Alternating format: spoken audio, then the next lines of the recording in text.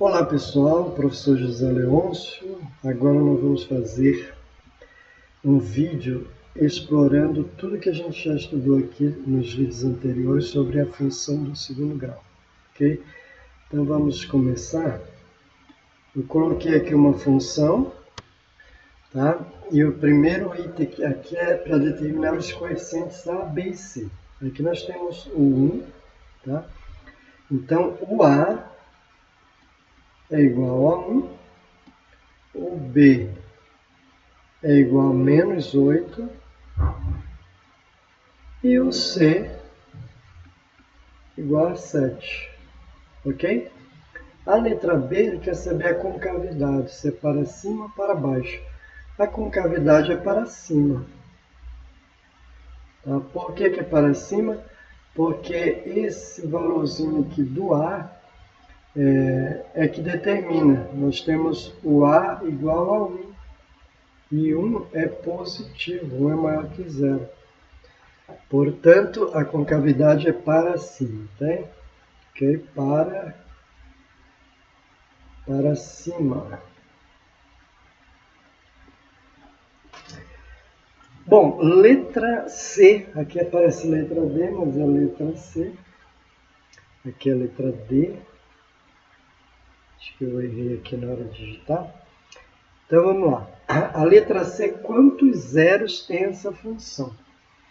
Bom, para a gente saber quantos zeros tem essa função, nós vamos precisar calcular o valor do delta. Tá? É o delta que vai me dar essa resposta. Então, eu vou calcular aqui o delta. O delta é b ao quadrado menos 4 vezes o a vezes o c. Então, o delta é... Quem é o b? O b é menos 8. Então, menos 8 ao quadrado menos 4 vezes o a, que é 1. O a é 1. O a é 1 e o c é 7. Ok? Então, o delta vai ser 64 menos 28. 64 menos 28 dá 36. Ok? Aí a pergunta é quantos zeros, soltou uma interrogação aqui, quantos zeros essa função tem? Ela tem 2 zeros. Tem 2 zeros, pois o delta é positivo. Ok? Como o delta é positivo, então ele tem 2 zeros. Então, esse delta aqui, esse valor, quando ele é positivo, nós vamos ter 2 zeros, ou 2 raízes, como que ele fala. Se ele for igual a zero, vai ter só uma raiz. E se ele for menor que zero, vai ter 2 raízes, tá? No nosso caso, como ele é maior que zero, aliás, quando ele é menor que zero, ele não tem nenhuma raiz. Quando ele é igual a zero, ele tem uma. Quando ele é maior que zero, ele tem 2. Então, a resposta é, tem 2 zeros. Ó, isso aqui, na verdade, esse zero não é o número zero, tá? Isso aqui é um número que eu jogo lá na função, é um valor do x, que eu coloco aqui na função e ele anula a função. Por isso que a gente chama ele de zero da função. Tá? Mas ele pode ser zero, pode não ser zero. Ele é zero da função, mas ele pode não ser o número zero. Bom, como aqui a gente já descobriu que tem 2 zeros, vamos descobrir aqui, calcule os zeros da função. Tá? Para calcular o zero da função, eu vou usar aquela fórmula. X é igual a menos b mais menos raiz quadrada de delta. O delta eu já calculei sobre 2a. Bom, então aqui está pedindo o oposto do b. Olhando lá em cima, quem é o B? O B é negativo, B é menos 8. Mas aqui está pedindo o oposto. O oposto de B, como B é menos 8, o oposto de menos 8 é 8, positivo. Mais menos raiz quadrada de delta. Nós já calculamos, a raiz de delta é 36. E aqui o dobro do A. O A é 1, então o dobro de 1. Então, o x que a gente está procurando, que é o zero da função, vai ser 8 mais menos a raiz quadrada de 36 é 6. 2 vezes 1 é 2. Então, nós vamos fazer duas operações por causa desses dois sinais aqui. Nós vamos calcular o x1. O x1 vai ser 8 menos 6 sobre 2. Tá? O x2 vai ser 8 mais 6 sobre 2. Então, 8 menos 6 é 2, dividido por 2 dá 1. Esse é o primeiro zero da função. E aqui, 8 mais 6 é 14, 14 dividido por 2 dá 7. Então, 7 é outro zero da função. Então, nós acabamos de calcular os zeros da função. Veja que o zero da função não é o zero. Ele pode até ser o zero, mas ele quase sempre não é o zero.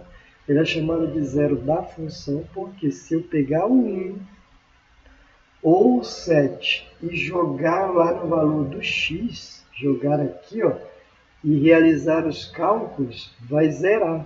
Quer ver? Eu vou fazer um teste. Eu vou pegar o 1. 1 ao quadrado menos 8 vezes 1 mais 7. 1 ao quadrado é 1, com 7, 8, 8 menos 8, 0. Então vai zerar. Por isso que ele é chamado de zero. Se eu jogar o 7 aqui, também vai zerar, porque o 1 e o 7 zeram aquela função. Vamos para a letra A. Agora é F, mas é a E aqui, letra E. A função tem máximo ou tem mínimo? Ela tem mínimo. Se você olhar para a concavidade, lá na concavidade, ó, a concavidade é para cima. Então, esse ponto aqui, ó, é o valor mais baixo da função. Então, ela tem um mínimo, é o menor valor possível. Ela não tem o máximo, porque isso aqui vai para o infinito, tanto para cá como para cá. Mas ela decresce, chega aqui num ponto mínimo e sobe de volta. Então, ela tem um mínimo, tá? Então, a resposta aqui é mínimo. E ele está perguntando qual é esse valor.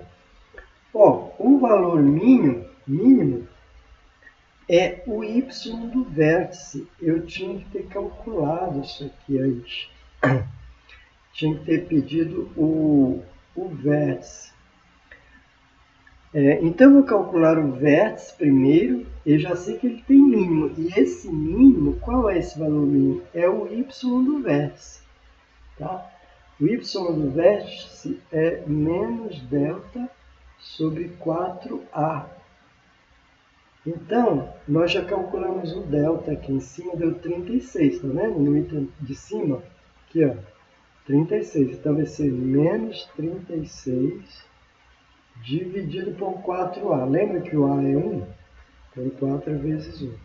Então vai dar menos 36 dividido por 4. Então vai ser menos 9. Então, o menor valor possível que essa função tem é o menos 9. Tá? Ou seja, se eu fosse fazer aquele gráfico, lá, essa direção aqui, ó, é o menos 9. Eu não sei onde está esse gráfico, mas o vértice dele vai estar nessa direção do menos 9. Ok?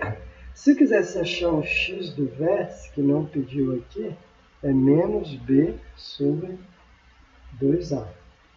Ou seja, o oposto do b dividido por a. Quem é o b mesmo? Volta lá em cima.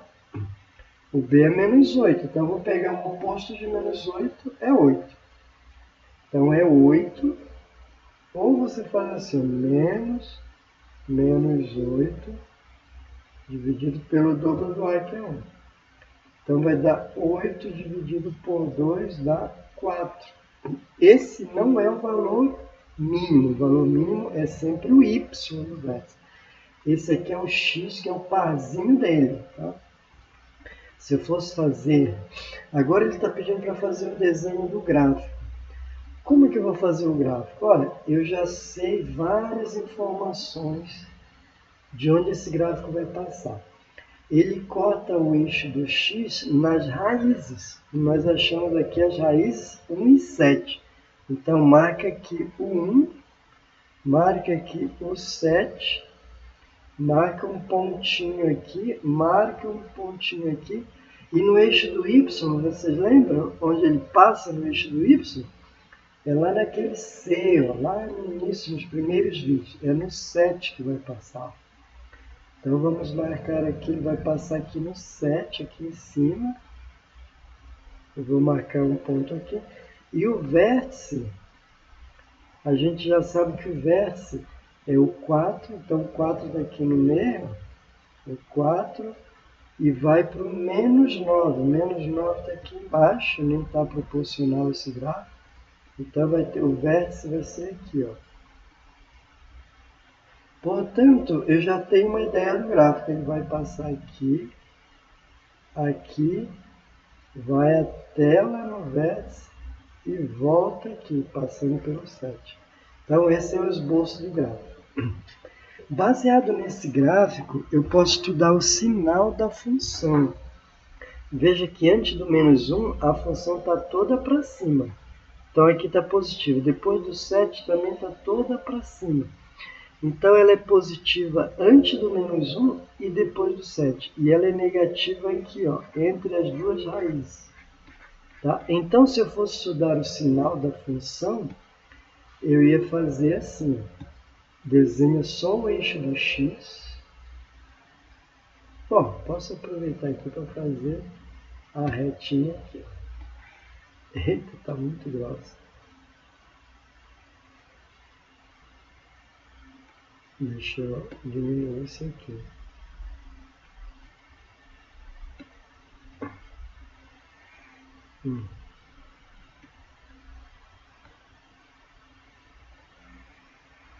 Ainda ficou grosso. Mas tá bom. Então, ó, você vai marcar aqui o 1, o 7.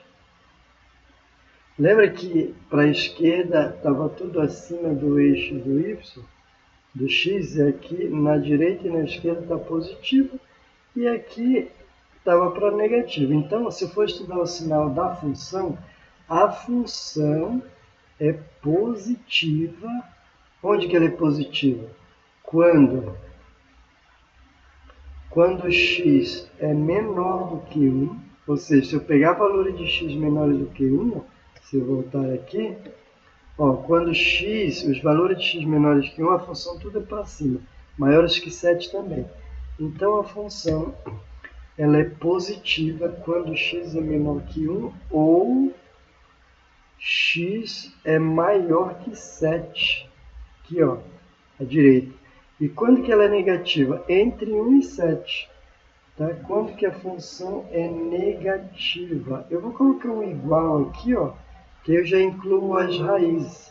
Então, ela é negativa ou nula quando x for maior ou igual a 1 e menor ou igual a 7. Então, esse é o estudo do sinal. Tá bom?